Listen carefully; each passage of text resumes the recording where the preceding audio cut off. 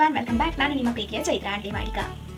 ಇವತ್ತಿನ ವಿಡಿಯೋ ಏನಪ್ಪಾ ಅಂತ ಹೇಳಿದರೆ ನಿಮಗೆ ಟೈಮ್ ಮ್ಯಾನೇಜ್ಮೆಂಟಿನ ಕೆಲವೊಂದು ಟಿಪ್ಸ್ಗಳನ್ನು ಕೊಡಲಿಕ್ಕೆ ಅಂತ ಹೇಳಿ ಬಂದಿದ್ದೇನೆ. ಹಾಗಾದರೆ ತಡ ಮಾಡೋದು ಬೇಡ, ಬನ್ನಿ ವಿಡಿಯೋನ ಸ್ಟಾರ್ಟ್ ಮಾಡೋಣ. ಮೊದಲನೇ ಟಿಪ್ಸ್ ಏನಪ್ಪಾ ಅಂತ ಹೇಳಿದರೆ ಸೆಟ್ ಕ್ಲಿಯರ್ ಗೋಲ್ಸ್. ಓಕೆ, ಮೊದಲನೇದಾಗಿ ನಿಮ್ಮ ಗೋಲನ್ನು ನೀವು ಕರೆಕ್ಟಾಗಿ ಸೆಟ್ ಮಾಡ್ಕೊಳ್ಳೋದು ತುಂಬ ಇಂಪಾರ್ಟೆಂಟ್. ನಿಮ್ಮ ಗುರಿ ಏನು ಅಂತ ಹೇಳಿ ನಿಮಗೆ ಗೊತ್ತಿಲ್ಲ ಅಂತ ಹೇಳಿದರೆ ನೀವು ಆ ಗುರಿಯನ್ನು ತಲುಪೋದಾದ್ರೂ ಹೇಗೆ ಅಲ್ವಾ? ಹಾಗಾಗಿ ನೀವು ಸೆಟ್ ಯುವರ್ ಗೋಲ್ಸ್ ಈ ಕೆಲಸವನ್ನು ಮೊದಲು ಮಾಡ್ಕೊಳ್ಳಿ. ಸೊ ನೀವು ಗೋಲ್ಸನ್ನು ಸೆಟ್ ಮಾಡಿ ಆದಮೇಲೆ set a planner or digital ಕ್ಯಾಲೆಂಡರನ್ನು ಬಳಸಿಕೊಂಡು ನೀವು ನಿಮ್ಮ ಪ್ಲ್ಯಾನ್ಗಳನ್ನು ಪಿನ್ ಮಾಡಿರಬೇಕಾಗ್ತದೆ. ಇದರಿಂದಾಗಿ ನಿಮಗೆ ರಿಮೈಂಡರ್ ಕೂಡ ಆಗ್ತದೆ. ಮೊಬೈಲ್ನಲ್ಲಿ ಮಾಡೋದಂದರೆ ಒಳ್ಳೆಯದು, ಬಟ್ ಡಿಸ್ಟ್ರಾಕ್ಷನ್ಗಳಿಗೆ ಒಳಗಾಗದಿದ್ದರೆ ಮಾತ್ರ ಈ ಮೊಬೈಲ್ ಕ್ಯಾಲೆಂಡರನ್ನು ಉಪಯೋಗಿಸಿ. ಇಲ್ಲ ಅಂತ ಹೇಳಿದರೆ ನೀವು ಬುಕ್ಕು ಪೆನ್ ಹಿಡ್ಕೊಂಡು ಮಾಡಿದ್ರೇ ಒಳ್ಳೆಯದು. ಪೆನ್ ಆ್ಯಂಡ್ ಬುಕ್ಸ್ ಬೇರೆ ಯಾವ ಡಿಸ್ಟ್ರಾಕ್ಷನಿಗೂ ಕಾರಣ ಆಗೋದಿಲ್ಲ.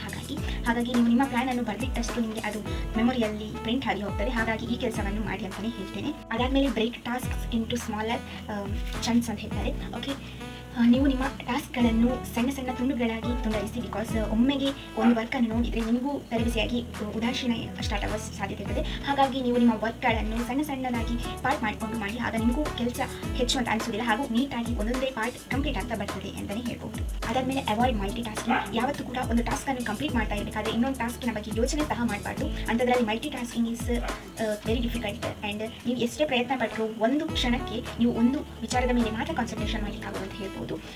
ಅದರಿಂದಾಗಿ ನೀವು ಒಂದೇ ಟೈಮಿಗೆ 4-5 ಕೆಲಸವನ್ನು ಒಟ್ಟಿಗೆ ಇಟ್ಕೊಂಡು ಮಾಡಬೇಡಿ. ಆ್ಯಂಡ್ ಇದರಿಂದಾಗಿ ನಿಮಗೆ ಹೆಚ್ಚು ಗಂಡಾಂತರಗಳಾಗುವ ಸಾಧ್ಯತೆಗಳಿದೆ, ಹಾಗೂ ವರ್ಕ್ಗಳು ಇನ್ಕಂಪ್ಲೀಟ್ ಆಗುವ ಬ್ಯಾಲೆನ್ಸ್ ಉಳಿಯುವ ಸಾಧ್ಯತೆಗಳು ತುಂಬ ಹೆಚ್ಚಿದೆ ಅಂತಲೇ ಹೇಳ್ಬೋದು. ಎಲೋಕೇಟ್ ಟೈಮ್ ಫಾರ್ ಬ್ರೇಕ್ ಅಂತ ಹೇಳ್ತಾರೆ. ನೀವು ಯಾವುದೇ ಕೆಲಸ ಮಾಡಬೇಕಾದ್ರೂ ಬ್ರೇಕ್ ತಗೊಳ್ಳೋದು ತುಂಬ ಇಂಪಾರ್ಟೆಂಟ್. ಬಿಕಾಸ್ ಮೈಂಡ್ ರಿಫ್ರೆಶ್ ಆಗಬೇಕಲ್ಲ. ಹಾಗಾಗಿ ಅದರಿಂದಾಗಿ ನೀವು ಯಾವುದೇ ಕೆಲಸ, ಸಪೋಸ್ ಲ್ಯಾಪ್ಟಾಪಲ್ಲಿ, ಕಂಪ್ಯೂಟರಲ್ಲಿ, ಮೊಬೈಲಲ್ಲಿ ವರ್ಕ್ ಮಾಡ್ತಾ ಇದ್ದೀರಿ ಅಂತ ಹೇಳಿದರೆ ಕನಿಷ್ಠ 20 ನಿಮಿಷಕ್ಕೊಮ್ಮೆ ಬ್ರೇಕ್ ತಗೊಳ್ಳೋದು ತುಂಬ ಮುಖ್ಯ ಆಗಿರ್ತದೆ. ಆ್ಯಂಡ್ 20 ಸೆಕೆಂಡ್ನಿಗೊಮ್ಮೆ ನಿಮ್ಮ ಕಣ್ಣನ್ನು ಬ್ಲಿಂಕ್ ಮಾಡ್ತಾ ಇರೋದು ಕೂಡ ಮುಖ್ಯ ಆಗಿರ್ತದೆ. ಇದರಿಂದಾಗಿ ಕಣ್ಣು ಡ್ರೈ ಆಗೋದಿಲ್ಲ. ಹಾಗಾಗಿ ಕಣ್ಣು ಸ್ವಲ್ಪ ಟೈಮ್ ಬಾಳಿಕೆ ಬರ್ಬೋದು ಹೆಚ್ಚು ಅಂತಲೇ ಹೇಳ್ಬೋದು. ಹಾಗೆ ಬ್ರೇಕ್ ತಗೊಳ್ಳೋದು ತುಂಬ important. Walking is the best solution for this. ಯಾವಾಗ ನೀವು ವಾಕ್ ಮಾಡ್ತೀರೋ ಆಗ ನಿಮ್ಮ ಮೈಂಡ್ ಫುಲ್ ಕಂಪ್ಲೀಟಾಗಿ ರಿಫ್ರೆಶ್ ಆಗ್ತದೆ. ಆ್ಯಂಡ್ ಫೇಸ್ ವಾಶ್ ಮಾಡೋದು ಕೂಡ ತುಂಬ ಇಂಪಾರ್ಟೆಂಟ್ ಆಗಿರ್ತದೆ. ಯಾಕಂತ ಹೇಳಿದರೆ ನಿಮ್ಮ ಫೇಸಿಗೆ ಒಂದು ಕೋಲ್ಡ್ ವಾಟರ್ ಆಗಿದ ತಕ್ಷಣ ಸೆಲ್ಸ್ಗಳೆಲ್ಲ ರಿಫ್ರೆಶ್ ಆಗ್ತದೆ. ಇದರಿಂದಾಗಿ ನೀವು ಹೊಸ ಆ್ಯಕ್ಟಿವಿಟಿಯನ್ನು ಹೊಸ ಚೈತನ್ಯದೊಂದಿಗೆ ಸ್ಟಾರ್ಟ್ ಮಾಡ್ಬೋದು ಅಂತಲೇ ಹೇಳ್ಬೋದು. Learn to say no. ನೀವೇನಾದರೂ ಕೆಲಸ ಮಾಡಬೇಕು ಅಂತ ಹೇಳಿದರೆ ಮೊದಲಿಗೆ ಸ್ಟಾರ್ಟ್ ಮಾಡೋದು ತುಂಬ ಅಂದರೆ ತುಂಬ ಮುಖ್ಯ ಆಗಿರ್ತದೆ. ಅದರಿಂದಾಗಿ ಈಗ ಯಾವುದೇ ಕೆಲಸವನ್ನು ಮಾಡೋದಾಗಿರ್ಬೋದು, ಸಪೋಸ್ ಈಗ ಓದೋದೇ ಆಗಿರ್ಬೋದು, ಇವತ್ತೇ ಸ್ಟಾರ್ಟ್ ಮಾಡ್ತೀನಿ, ಈಗಲೇ ಸ್ಟಾರ್ಟ್ ಮಾಡ್ತೀನಿ ಅಂತ ಹೇಳಿ ಸ್ಟಾರ್ಟ್ ಮಾಡಬೇಕಾಗ್ತದೆ. ಮೊದಲು ಸ್ಟಾರ್ಟ್ ಮಾಡೋದು ಮುಖ್ಯ. ಸ್ಟಾರ್ಟ್ ಮಾಡಿದ ಮೇಲೆ ಆ ಕೆಲಸ ಖಂಡಿತವಾಗ್ಲೂ ಕಂಟಿನ್ಯೂ ಆಗೇ ಆಗ್ತದೆ. ಕಂಟಿನ್ಯೂ ಆದ ಹಾಗೆ ಅದು ಎಂಡಿಗೆ ತಲುಪುತ್ತದೆ ಅಂತಲೇ ಹೇಳ್ಬೋದು. ಅದರಿಂದಾಗಿ ಸ್ಟಾರ್ಟ್ ಮಾಡೋದು ತುಂಬ ಮುಖ್ಯ. ಹಾಗಾಗಿ ಸ್ಟಾರ್ಟ್ ಮಾಡೋದಕ್ಕೆ ನಿಮಗೆ ನೀವು ನೋಟಿಫಿಕೇಶನ್ ಕೊಡೋದು ಕೂಡ ತುಂಬ ಮುಖ್ಯ ಆಗಿರ್ತದೆ. Motivate your self. Okay, limit distractions. ನೀವು ಯಾವುದಾದ್ರೂ ವರ್ಕ್ನಲ್ಲಿ ತೊಡಗಿದ್ದೀರಿ ಅಂತ ಹೇಳಿದರೆ ನಿಮ್ಮ ಮೊಬೈಲ್ಗಳನ್ನಾಗಿರಬಹುದು, ಯಾವುದೇ ರೀತಿಯ ಡಿಸ್ಟ್ರಾಕ್ಷನ್ಗಳಿಗೆ ಒಳಗಾಗದಂತೆ ನೋಡ್ಕೊಳ್ಳಿ. ಸಪೋಸ್ ನಿಮ್ಮ ಮೊಬೈಲಲ್ಲಿ ಬೇಕಾದಷ್ಟು ಆಪ್ಷನ್ಗಳಿದೆ, ಟೈಮರ್ಸ್ ಇರ್ತದೆ ಆ್ಯಪ್ಗಳಿಗೆ, ಅದನ್ನು ಯೂಸ್ ಮಾಡ್ಬೋದು. ಅದಲ್ಲದೆ ಮೊಬೈಲನ್ನು ಬ್ಲ್ಯಾಕ್ ಆ್ಯಂಡ್ ವೈಟಿಗೆ ಹಾಕಿರ್ಬೋದು. ಇದರಿಂದಾಗಿ ನಿಮಗೆ ಇಂಟ್ರೆಸ್ಟ್ ಕಮ್ಮಿ ಆಗ್ತದೆ. ಸೊ ಇದು ಒಂದು ರೀತಿಯ ಸೊಲ್ಯೂಷನ್ ಅಂತಲೇ ಹೇಳ್ಬೋದು. ಸೈಲೆಂಟಿಗೆ ಹಾಕಿರೋದು ಕೂಡ ಓಕೆ, ಗುಡ್ ಸೊಲ್ಯೂಷನ್ ಅಂತ ಹೇಳ್ಬೋದು. ಇನ್ನು ಬೇಕಾದಷ್ಟು ಸೊಲ್ಯೂಷನ್ಗಳಿವೆ. ನಿಮ್ಮನ್ನು ನೀವು ಡಿಸ್ಟ್ರಾಕ್ಟ್ ಆಗದಂತೆ ನೋಡ್ಕೊಳ್ಳೋದು ತುಂಬ ಮುಖ್ಯ ಆಗಿರ್ತದೆ. ನೀವು ಪ್ಲ್ಯಾನ್ ಮಾಡ್ಕೊಂಡಿರ್ತೀರಿ ಅಂತ ಹೇಳಿ ಅಂದ್ಕೊಳ್ಳೋಣ. ಅದರಲ್ಲಿ ನೀವು ಪ್ಲ್ಯಾನನ್ನು ರಿವ್ಯೂ ಮಾಡೋದು ಕೂಡ ಮುಖ್ಯ ಆಗಿರ್ತದೆ. Review and adjust your plan or your schedule ಅಂತ ಹೇಳ್ತಾರೆ.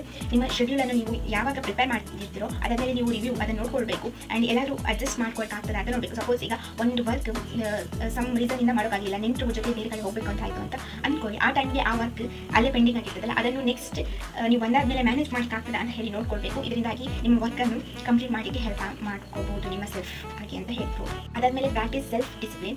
Discipline is the most best solution for A successful life ಅಂತ ಹೇಳ್ಬೋದು. ಯಾಕಂತ ಹೇಳಿದರೆ ಯಾವಾಗ ನಾವು ಡಿಸಿಪ್ಲಿನ್ ಆಗಿರ್ತೇವೋ ಆಗ ಪ್ರತಿ ವರ್ಕನ್ನು ನಾವು ಆನ್ ಟೈಮ್ ಕಂಪ್ಲೀಟ್ ಮಾಡಲಿಕ್ಕೆ ಹೆಲ್ಪ್ ಆಗ್ತದೆ. ಆನ್ ಟೈಮ್ ಎಲ್ಲ ವರ್ಕ್ಗಳನ್ನು ಕಂಪ್ಲೀಟ್ ಮಾಡ್ತಾ ಇದ್ದೇವೆ ಅಂತ ಹೇಳಿದರೆ ನಾವು ಸಕ್ಸಸ್ಫುಲ್ ಆಗೋದು ಖಂಡಿತ ಸಾಧ್ಯ ಇದೆ ಅಂತಲೇ ಹೇಳ್ಬೋದು. ಆ್ಯಂಡ್ ಇದಿಷ್ಟು ನನ್ನ ಕಡೆಯಿಂದ ನಿಮಗೆ time management or task management tips ಅಂತ ಹೇಳಿ ಈ ವಿಡಿಯೋನ ಇಲ್ಲಿಗೆ ಎಂಡ್ ಮಾಡ್ತಿದ್ದೇನೆ. Thanks for watching friends. Subscribe ಮಾಡಿಲ್ಲ ಅಂದರೆ ಸಬ್ಸ್ಕ್ರೈಬ್ ಮಾಡಿ. ಇದೇ ಥರದ ಹೊಸ ಕೀ ಪಾಯಿಂಟ್ಸ್ಗಳಿಗಾಗಿ ಸಬ್ಸ್ಕ್ರೈಬ್ ಮಾಡ್ಕೊಳ್ಳಿ. Okay, thank you for watching. Bye.